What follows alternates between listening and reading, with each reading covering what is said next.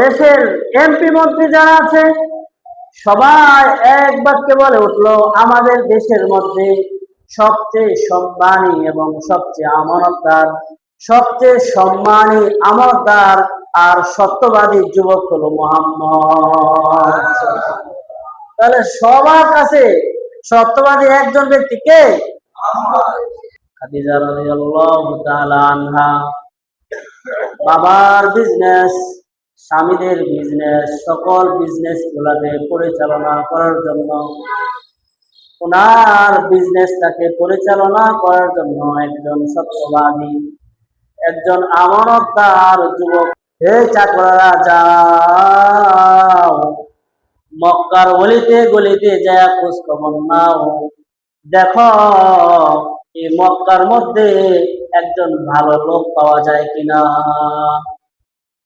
সবাই খুঁজতে বের হয়ে গেল, রাস্তায় মোড়ে মোড়ে যেখানে যায় খবর নেয় এই সমাজের মধ্যে সবচেয়ে সত্যবাদী আর আমানতদারী যুবক কে হতে পারে। রাস্তার কোণা থেকে একজন বলে উঠল, এই সমাজের মধ্যে সবচেয়ে সত্যবাদী লোক হলো মুহাম্মদ। বাজারে গেলেন, বাজারে গিয়ে ব্যবসায়ীদের কাছে জিজ্ঞাসা করলেন, এই ব্যবসায়ীরা, আমাদের একজন লোক দরকার, আমরা একজন ব্যবসা পরিচালনা করার জন্য একজন সত্যবাদী লোকের প্রয়োজন, আমাদেরকে একজন সত্যবাদী লোকের সন্ধান দেন, আমাদেরকে একজন সত্যবাদী লোকের কি দেন। বাজারের বিজনেসম্যান যারা আছে তারা বলেন, আমাদের জানা মতে মক্কার মধ্যে মুহাম্মদ নামে একটা যুবক আছে, এই যুবকটা হলো আমাদের দেশের মধ্যে সবচেয়ে সত্যবাদী। নেতাদের কাছে গেলেন, বড় বড় এমপি মন্ত্রীদের কাছে গেলেন, যা বললেন, আমাদের একজন সৎ লোক দরকার, মক্কার মধ্যে যে খাদিজা নামে একজন সম্ভ্রান্ত নারী আছে, তার বিজনেসটা একটু বড়, আমাদের একজন সত্যবাদী, একজন আমানতদার যুবকের প্রয়োজন, আমাদের একজন আমানতদার যুবকের সন্ধান দান করেন। উপরস্থ বর্তমানে রবিউল আউয়াল মাস চলছে।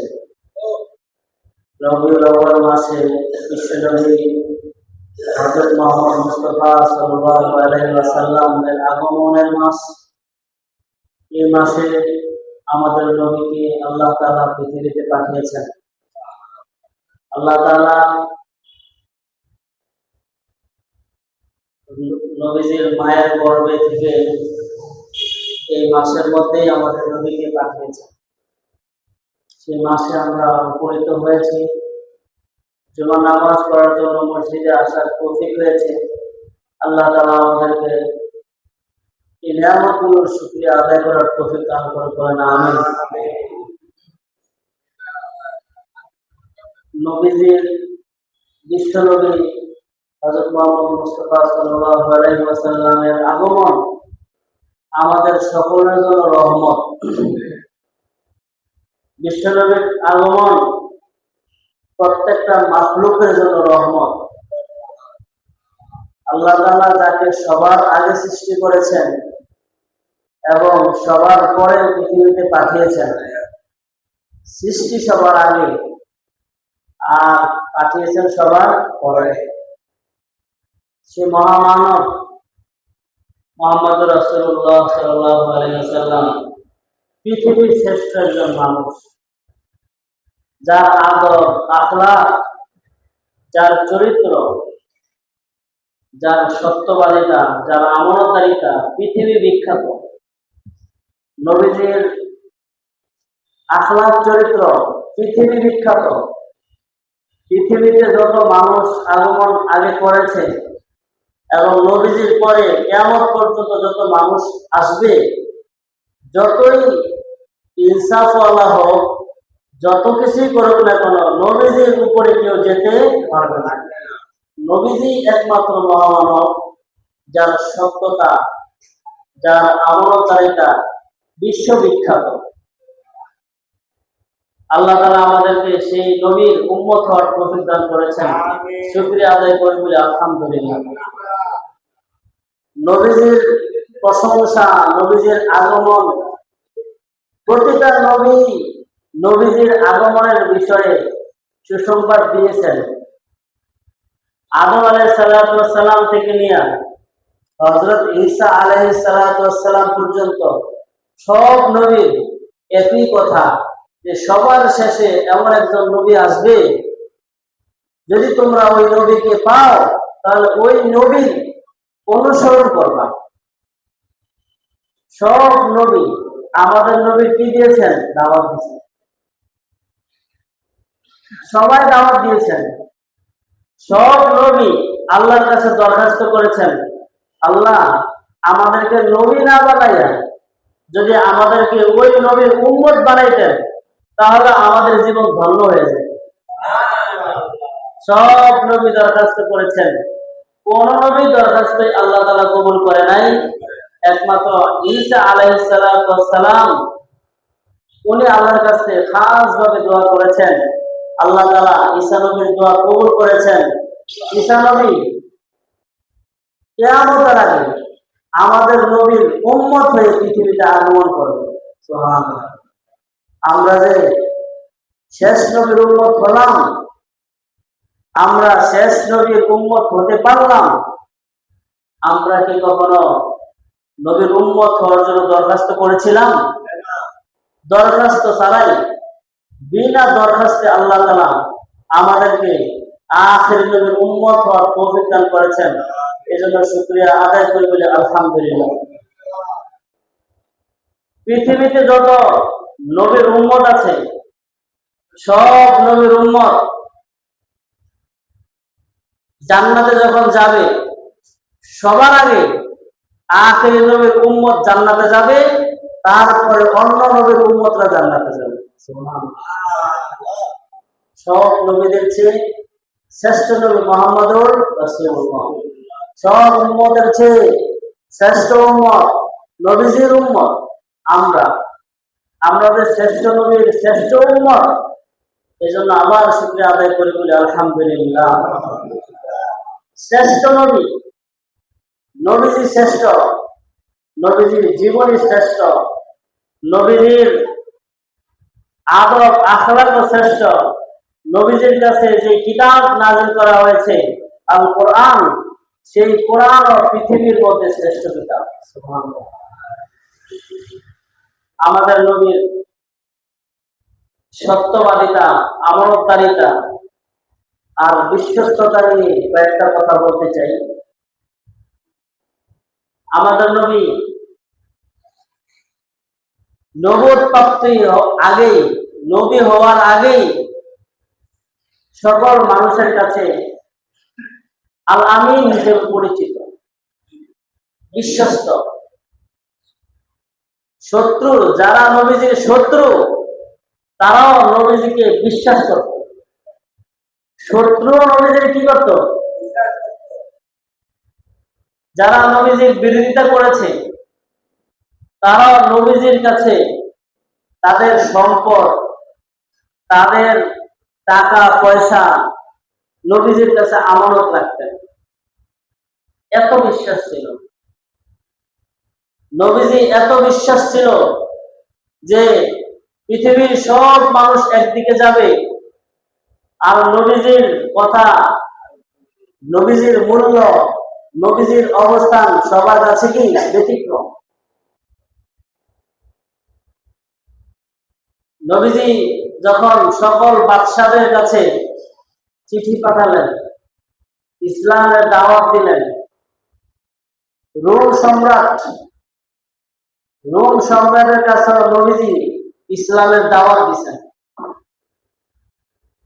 ইসলামের দাওয়াত দিলেন চিঠির মাধ্যমে। ইসলামের দাওয়াতে রোম সম্রাট চিন্তা করলেন, যে লোকটা আমাকে ইসলামের দাওয়াত দিছে, এই লোকটাকে একটু যাচাই করা লাগে, এই লোকটাকে একটু কি করা লাগে, লোকটাকে সত্য না মিথ্যা। রোম সম্রাট হিরাক্লাস ওনার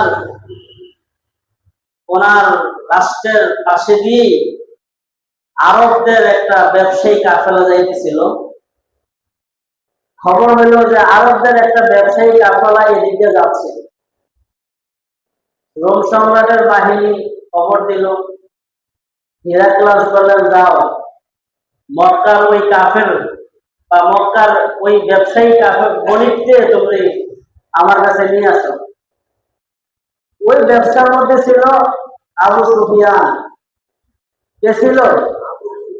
আবু সুফিয়ান ওই সময় মুসলমান হয় নাই। মুসলমান হয় নাই। তাহলে নবীজির পক্ষে না বিপক্ষে?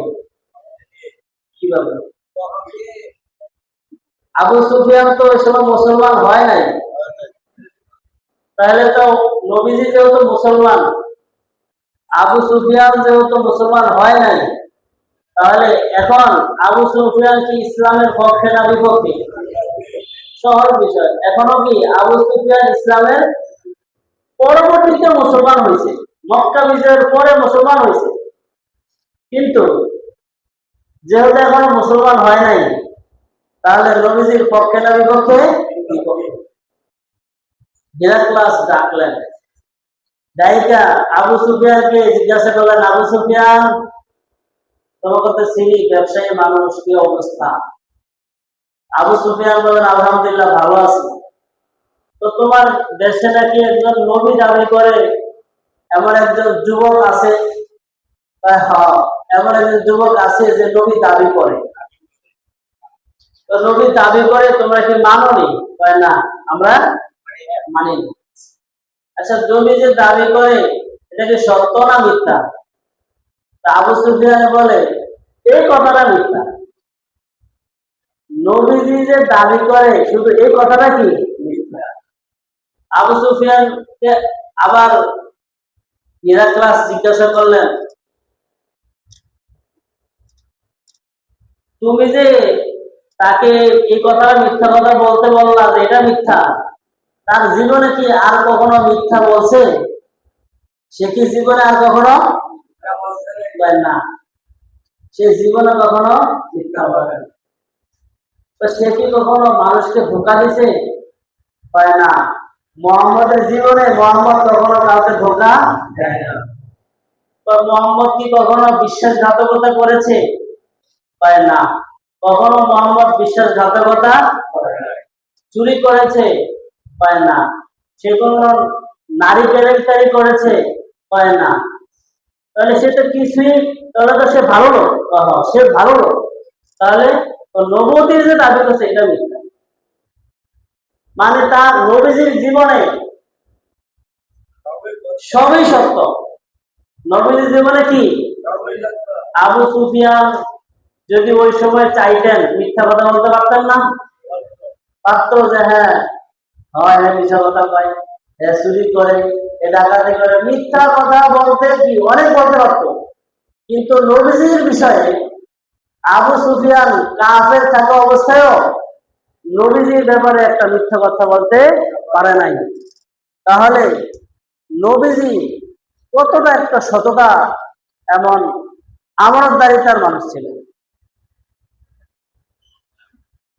নবীজির কাছে মক্কার কাফেররা তাদের নিজেদের সম্পদ আমানত রাখতেন, অথচ নবীজির বিষয়ে চিন্তা করতেন কিভাবে নবীজিকে অপমানিত করা যায়, নবীজিকে লাঞ্ছিত করা যায়, নবীজিকে মারা যায়, এই ষড়যন্ত্র করেছে।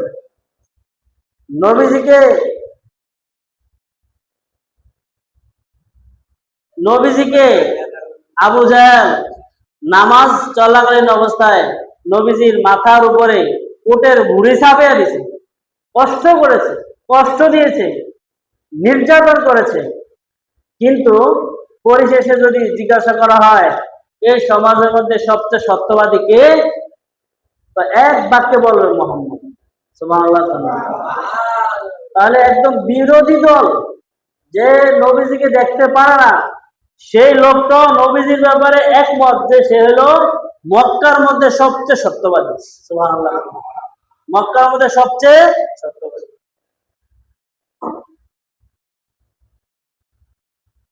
নবীজির স্ত্রী খাদিজা রাদিয়াল্লাহু তাআলা আনহা, উনি নবীজির আগে দুইটা বিয়ে হয়েছে। বলেন কয়টা? নবীজির বিবাহের আগে খাদিজা রাদিয়াল্লাহু তাআলা আনহার বিয়ে হয়েছে কয়টা? উনি ওনার যাদের সাথে বিয়ে হয়েছে ওনারা অনেক ধনী। মৃত্যুর পরে সকল সম্পদের মালিক হয়েছে খাদিজা রাদিয়াল্লাহু তাআলা। এবং খাদিজা রাদিয়াল্লাহু তাআলা আনহার বাবাও ছিলেন ধনী। ওনার বাবা ইন্তেকাল করেছেন, ওই সকল সম্পদের মালিক হয়েছে খাদিজা। তাহলে সম্পদ কি বাড়ছে না কমছে?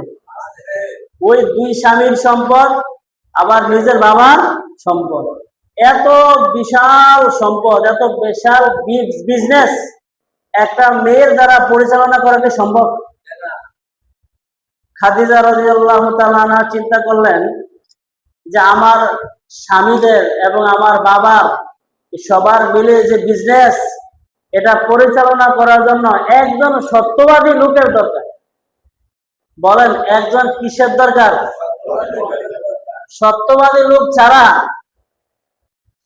যে বিজনেসের মধ্যে আপনি একজন লোক দিবেন, তার ভিতরে যদি সত্যবাদিতা আর আমানতদারিতা না থাকে, তাহলে আপনি ব্যবসা করবেন 5 টাকা আর আপনার খরচ হইব 10 টাকা। বুঝলেন না? আপনি কতক্ষণ থাকবেন এটা বলছে? কর্মচারীকে বলবেন তুমি এটা দেখো, আমি এটা আইতে আছি।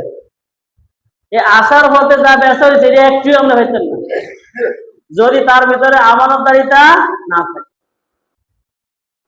খাদিজা রাদিয়াল্লাহু তাআলা আনহা বাবার বিজনেস, স্বামীদের বিজনেস, সকল বিজনেস গুলাকে পরিচালনা করার জন্য, ওনার বিজনেসটাকে পরিচালনা করার জন্য একজন সত্যবাদী, একজন আমানতদার যুবক খুঁজতেছিলেন। ওনার যে চাকর বাকর রয়েছে, চাকর বাকরদেরকে সন্তান লাগাইলেন, হে চাকররা যাও মক্কার গলিতে গলিতে যায় খোঁজ খবর নাও, দেখো এই মক্কার মধ্যে একজন ভালো লোক পাওয়া যায় কিনা। সবাই খুঁজতে বের হয়ে গেল, রাস্তায় মোড়ে মোড়ে যেখানে যায় খবর নেয় এই সমাজের মধ্যে সবচেয়ে সত্যবাদী আর আমানতদারী যুবক কে হতে পারে। রাস্তার কোণা থেকে একজন বলে উঠল, এই সমাজের মধ্যে সবচেয়ে সত্যবাদী লোক হলো মুহাম্মদ। বাজারে গেলেন, বাজারে গিয়ে ব্যবসায়ীদের কাছে জিজ্ঞাসা করলেন, এই ব্যবসায়ীরা আমাদের একজন লোক দরকার, আমরা একজন ব্যবসা পরিচালনা করার জন্য একজন সত্যবাদী লোকের প্রয়োজন, আমাদেরকে একজন সত্যবাদী লোকের সন্ধান দেন, আমাদেরকে একজন সত্যবাদী লোকের কি দেন। বাজারের বিজনেসম্যান যারা আছে তারা বলেন, আমাদের জানা মতে মক্কার মধ্যে মোহাম্মদ নামে একটা যুবক আছে, এই যুবকটা হলো আমাদের দেশের মধ্যে সবচেয়ে সত্যবাদী।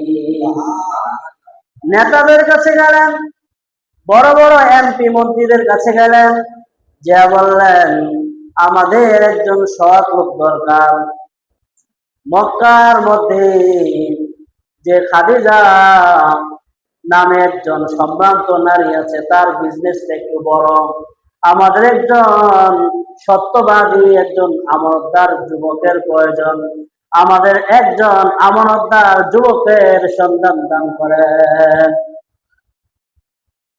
উপরস্থ দেশের এমপি মন্ত্রী যারা আছে সবাই এক বাক্যে বলে উঠলো, আমাদের দেশের মধ্যে সবচেয়ে সম্মানী এবং সবচেয়ে আমানতদার, সবচেয়ে সম্মানী আমানতদার আর সত্যবাদী যুবক হলো মুহাম্মদ। তাহলে সবার কাছে সত্যবাদী একজন ব্যক্তিকে, এই লোকটা কি?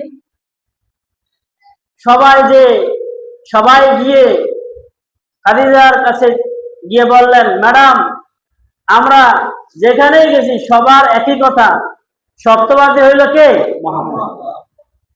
যাও মক্কার মোহাম্মদ নামে ওই যুবকটা কোথায় আছে তাকে বের করে নিয়ে আসো। যাও। গেল, গিয়ে নবীজিকে প্রস্তাব দিল যে আমরা তোমাকে একটা বিজনেসের ম্যানেজার বানাইতে চাই। বিজনেসের কি? তাহলে তোমাকে ভালো একটা অ্যামাউন্ট দিব।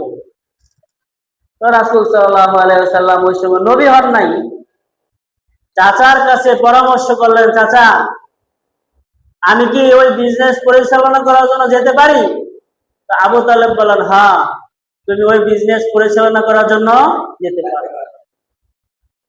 তাহলে নবুয়তির আগে নবীজি ছিলেন একজন সত্যবাদী এবং আমানতদার। অন্ধবিশ্বাস, অন্ধভাবে নবীজির কাছে যে কেউ চাইবে, যে কেউ চাইতো তাদের নিজের দামি জিনিসটাও নবীজির কাছে রাখতে পারত, বিশ্বাস করত। বলেন কি করত?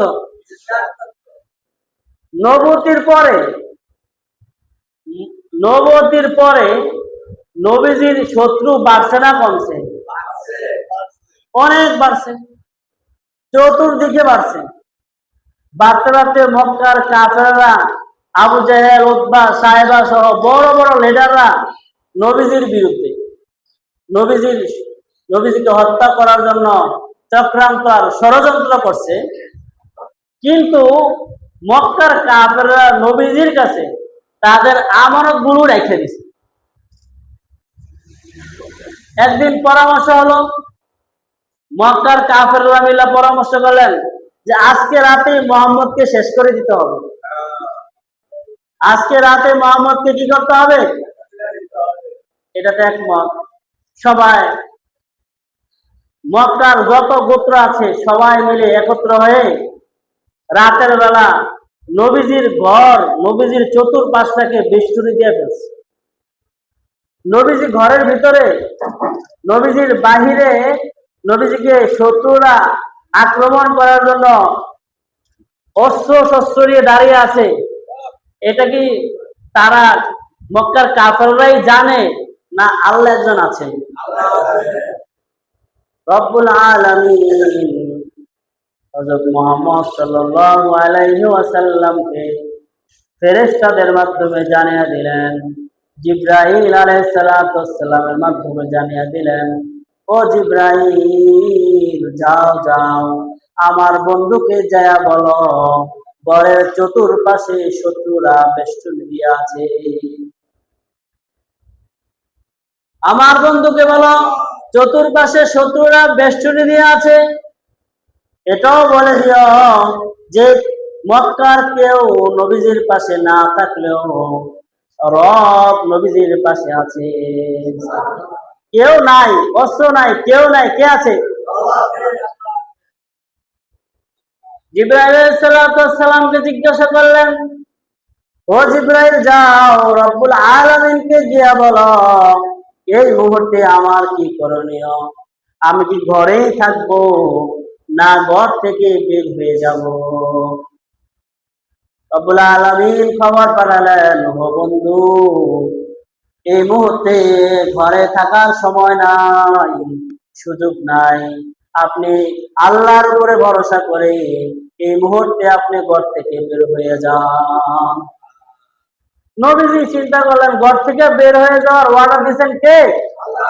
তাহলে ঘর থেকে বের হইলে বাইরেই তো শত্রু, শত্রু কি করবে? আল্লাহ যদি আমার সাথে থাকে কেউ কিছু করতে পারবে? আল্লাহ আমার সাথে আছে। পয়গম্বর শুধুমাত্র একটা কাজ করলেন ভিতরে থেকে, আমার রাসূলুল্লাহ সাল্লাল্লাহু আলাইহি ওয়াসাল্লাম আলিয়ান আইয়াতাখাল্লাফা আনহু। রাসূল সাল্লাল্লাহু আলাইহি ওয়াসাল্লাম আলী রাদিয়াল্লাহু তাআলা আনহুকে বললেন, ও আলী তুমি আমার সাথে যাও না, তুমি আমার পরে যাও। আমার কি পরে যাইবা? কেন? হাত্তা ইউদ্দি আন রাসূলিল্লাহ সাল্লাল্লাহু আলাইহি ওয়াসাল্লাম আল ওয়াদা'i আল্লাতী ইনদাহু লিন-নাস। নবীজির কাছে জনসাধারণের যতগুলা আমানত আছে এই আমানত গুলো দিয়া তারপরে তুমি মক্কা ছেড়ে মদিনায় চলে যাও। নবীজি নবীজির কাছে যে আমানতটা রাখছে, কথা বুঝছেন কিন্তু, কারা রাখছে? মক্কার কাফেররা রাখছে। নবীজিকে হত্যা করার জন্য চেষ্টা করতেছে কারা? এখন নবীজি চাইলেও তো পারতেন, তোমরা আমারে হত্যা করার জন্য প্ল্যান করছো, যাও তোমার টাকা পয়সা সম্পত্তি সব মেরে দেবে, পারতো না? না, নবীজির জীবনে এটা ঘটে নাই। নবীজির চরিত্রের এত দাম যে তারা শত্রুতা করবে, আর এই শত্রুতার পিছনে করে নবীজির আমানতদারিতার চরিত্র নষ্ট করবে, নবীজি এটা কখনো চায় নাই। নবীজি বলছেন, আলী তুমি থাকো, মানুষের আমানত গুলো দিয়ে দিও, প্রত্যেকের নামে নামে আমানত লেখা আছে, প্রত্যেকের আমানতটা তুমি দিয়ে দিও। তো আলী রাদিয়াল্লাহু তাআলা খুঁজলেন, দেখেন আমানত গুলোর মধ্যে একটা আমানত আবু জাহেলেরও আছে। কার আমানত? আবু জাহেল নবীজি কি করতো? বিশ্বাস করত। একটা আমানত আবু জাহেল, উতবা, সাহেবা সহ বড় বড় লিডারদের আমানত পর্যন্ত নবীজির হাতে আছে। তো দিয়ে গেছে, নবীজি চলে গেছে, নবীজিকে বাধা দেওয়ার মতো পৃথিবীর কেউ ছিল তখন?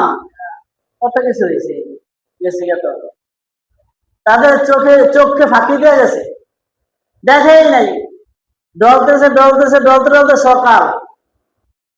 এ ফাঁকা তো নবীজি আবু বকর সিদ্দিক রাদিয়াল্লাহু তাআলা আনহুকে নিয়ে মক্কা ছেড়ে কোথায় চলে গেছেন? হেরা গুহা,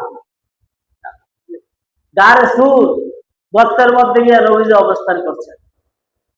এই ঘটনা দ্বারা আমরা বুঝলাম নবীজিকে মক্কার কাফেররা কত বিশ্বাস করছে। মক্কার কাফেররা বিশ্বাস করছে না? নবীজি কোরআনে কারিম আল্লাহ তাআলা বলেছেন, ইন্নাল্লাহা ইয়া'মুরুকুম আন তু'আদ্দুল আমানাতি ইলা আহলিহা। নিশ্চয় আল্লাহ তাআলা তোমাদেরকে আদেশ করেছেন তোমরা যেন আমানতটাকে তার, যিনি আমানত পাও না তার কাছে পৌঁছে দাও। যিনি আমানত পাও না তার কাছে কি করো? এখন এই যে আমানত পাওনাদার, সে হয়তো বন্ধু হবে অথবা শত্রু হবে, শত্রুর আমানত পৌঁছে দিতে হবে না? সে হয়তো আপন হবে অথবা পর হবে, আপনের আমানত দিবেন, পরের আমানত দিবেন না? দূরের সম্পর্কিত। আপনি মুসলমানের আমানত দিবেন, অমুসলিমের আমানত দিতে হবে না? দিতে হবে। এটাই ইসলামের নীতি। আপনার কাছে যে পাওনা, আপনি তাকে তার পাওনা ফিরিয়ে দিতে হবে। আপনার কাছে যার সম্পদ আছে, এই সম্পদটা আপনি আপনার পাওনাদারের কাছে বুঝে দিতে হবে।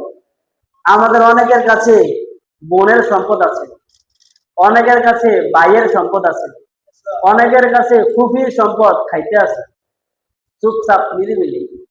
তো মনে মনে ভাবে ফুফি তো আর লাড়া দেয় না, ফুফা তো ভাইয়েরও তো লাড়া দেয় না, তাকে লাড়া না দিছে যতদিন ততদিন এটি আমার, এটা তো পরের হক। বোন কিছু বলে না, বোনের হক এটা তো দিতে হবে।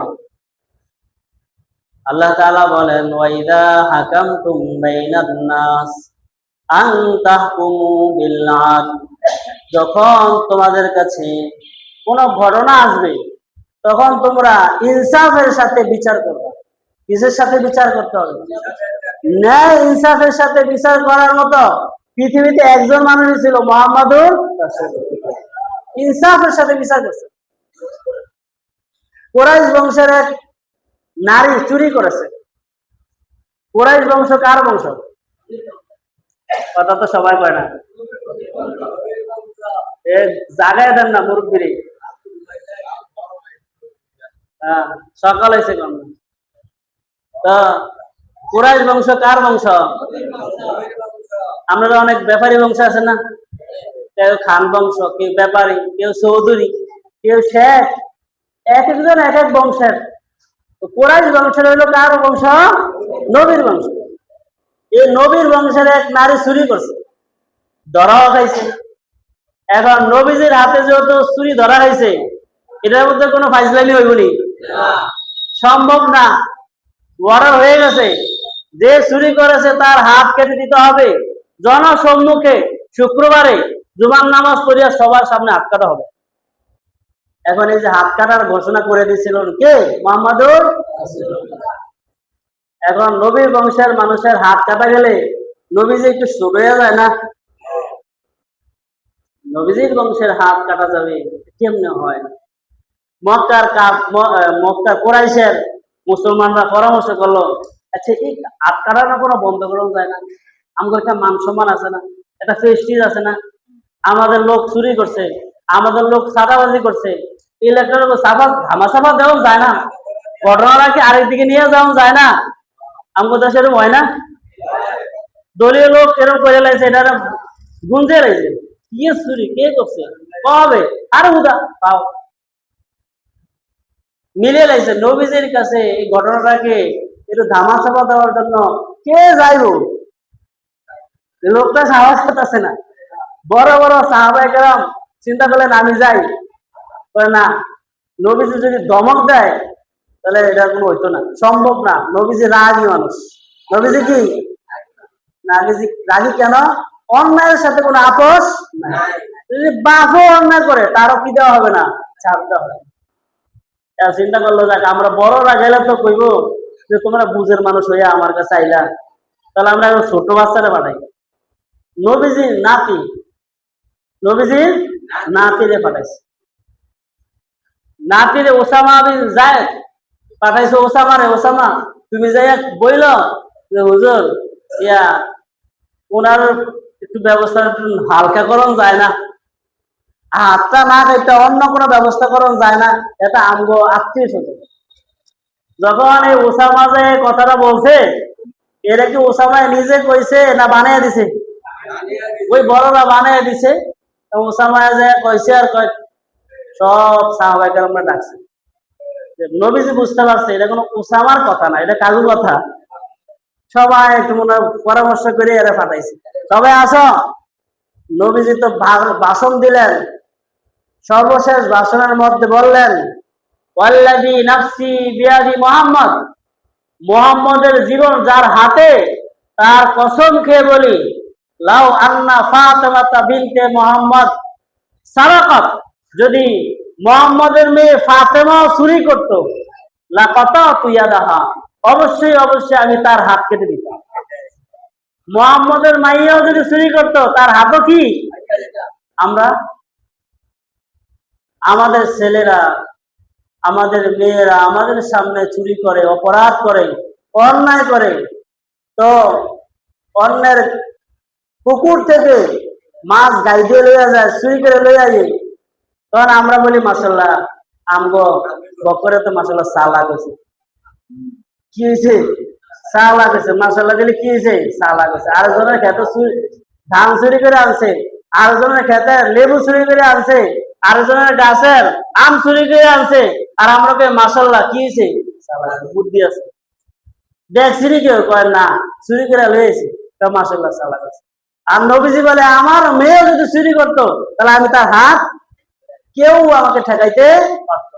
তাহলে এই যে ইনসাফ, নিজেদের ক্ষেত্র কি করছেন নবীজি? ইনসাফ করছেন। এমন একজন ইনসাফদার ব্যক্তি পৃথিবীতে আর আসেনি। আমাদের কাছে যদি মানুষের টাকা পয়সা কোটি কোটি টাকা যদি আমার কাছে দেয়, তো মনে করেন কি আমি ইমাম সাহেব কিছু করতাম না? টাকা পয়সা দেখলে কাঠের মূর্তিও হা করে। টাকা পয়সা দেখলে কাঠের মূর্তি কি করে? রাষ্ট্রের সম্পদ, যে কোনো প্রতিষ্ঠানের সম্পদ, মাদ্রাসার সম্পদ, একটা টাকাও এটা একটা আমানত। এটাকেও যদি অন্যায় ভাবে কেউ নিজের স্বাধীন মতো যদি কেউ খরচ করে, নিজের স্বার্থে যদি কেউ খরচ করে, তো কাল কিয়ামতের ময়দানে 1 টাকার হিসাব দিতে হবে। আমরা যেমন যে কোনো প্রতিষ্ঠানের প্রধানমন্ত্রী শুধু সম্মানের না, শুধু সম্মানের না, এমপি এটা কি শুধু সম্মানের? এটা শুধু সম্মানের না, এটা একটা দায়িত্ব, এটা একটা আমানতদারিতা। সভাপতি, সেক্রেটারি, ক্যাশিয়ার, যে কোনো ফাউন্ডেশন বলেন, যে কোনো সংগঠন বলেন, যে কোনো প্রতিষ্ঠানের সভাপতি হয়েছি, আমি অনেক কিছু না। এটা জবাবদিহিতা থাকবে, এটা দায়িত্ব আপনার। এক টাকাও যদি হেরফের হয় তো কাল কিয়ামতের মাঠে কি দিতে হবে? নবীজি এমন একজন দায়িত্ববান ব্যক্তি ছিলেন আমাদের জন্য, সেই নবীজি হবে আদর্শ। বলেন আমাদের জন্য কি? এখন আমরা কাকে মানবো? কথা বুঝেন না মনে হয়। আমাদের দেশে যত সুর আছে হ্যাঁ করে মানবো, না আমাদের আদর্শ হবে মোহাম্মদ? যারা দায়িত্ব, নবীজি দায়িত্বে থাকা অবস্থায় অন্যায়কে কি প্রশ্রয় করেছেন, দিয়েছেন? নবীজি অন্যায়কে প্রশ্রয় দেন না। নবীজি দায়িত্বে থাকা অবস্থায় কখনোই অন্যায় বিচার করে নাই, ন্যায় বিচার করেছেন। যত জায়গায় বিচার করেছেন, কি করছেন? ন্যায় বিচার করেছেন। একজন ইহুদি আর একজন মুসলমান আইসা নবীজির কাছে এসে বিচার চাইছে যে জায়গা এটা আমগো। মুসলমান কয় আমগো, আবার ওই যে ইহুদি কয় কি জায়গা এটা আমার। তো দলিল প্রমাণ দাও, জায়গা সম্পত্তি রেজিস্ট্রি কাগজপত্র দেখা নবীজি দেখলেন একদিকে মুসলমান আর দেখি ইহুদি। এখন নবীজি চাইলে ভাবতেন এই ইহুদি যা খাবার দেবো, কি জায়গা সম্পত্তি তো যা, এই মুসলমান ধরো আজকের দিকে তুমি এটা খাইবা নাও যাও। কারণ মুসলমান হলো আমার। নবীজি চিন্তা যদি করতেন মুসলমান আমার পক্ষের লোক, তাহলে বিচারটা কি পক্ষ হইল না? নবীজি কিন্তু বিচার পক্ষ করে নাই, নবীজি করেছেন ন্যায় বিচার। বলেন কি বলেছেন? কোরআনে কারিমে আল্লাহ তাআলা বলেছেন ওয়ালা ইয়াজরিমান্নাকুম শানাআনু কওমিন আলা আল্লা তা'দিলু ইয়া'দিলু ওয়া আকরাবু লিত-তাকওয়া। তোমরা কোন গোত্রের, কোন গ্রামের বা কোন পক্ষপাতিত্ব করে তোমরা বিচার করিও না। তোমরা দিলু, তোমরা ন্যায় বিচার করো। তোমরা কি বিচার করো? আল্লাহ বলেন তোমরা ন্যায় বিচার করো। ন্যায় বিচারের একমাত্র আদর্শ হলো মুহাম্মাদুর। এরকম হাজারো ঘটনা আছে নবীজি ন্যায় বিচার করেছেন, অন্যায় বিচার করেন। তাহলে নবীজির জন্মের মাসে, নবীজির জন্মের মাসে আমরা এই নবীজির আমানতদারিতা আর সত্যতা চর্চা করতে পারি। শুধু মুখে মুখে নয়, আমাদের বাস্তব জীবনে কি আমরা এই সততা আর আমানতদারিতা আনতে পারি না? সততা আর আমানতদারিতা যেখানেই থাকবো ইনশাআল্লাহ সততা আর কিসের সাথে?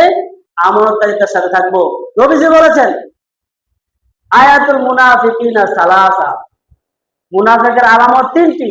এর মধ্যে একটি হলো যে আমানতের খেয়ানত করে, যে কথায় কথায় মিথ্যা বলে, সত্য বলে না, সে হলো মুনাফিক। আল্লাহ তাআলা আমাদেরকে মুনাফিকের চরিত্র ছেড়ে দিয়ে একমাত্র নবীজির আদর্শ, সততা এবং আমানতদারিতার আদর্শ গ্রহণ করার তৌফিক দান করুন। বলেন আমিন।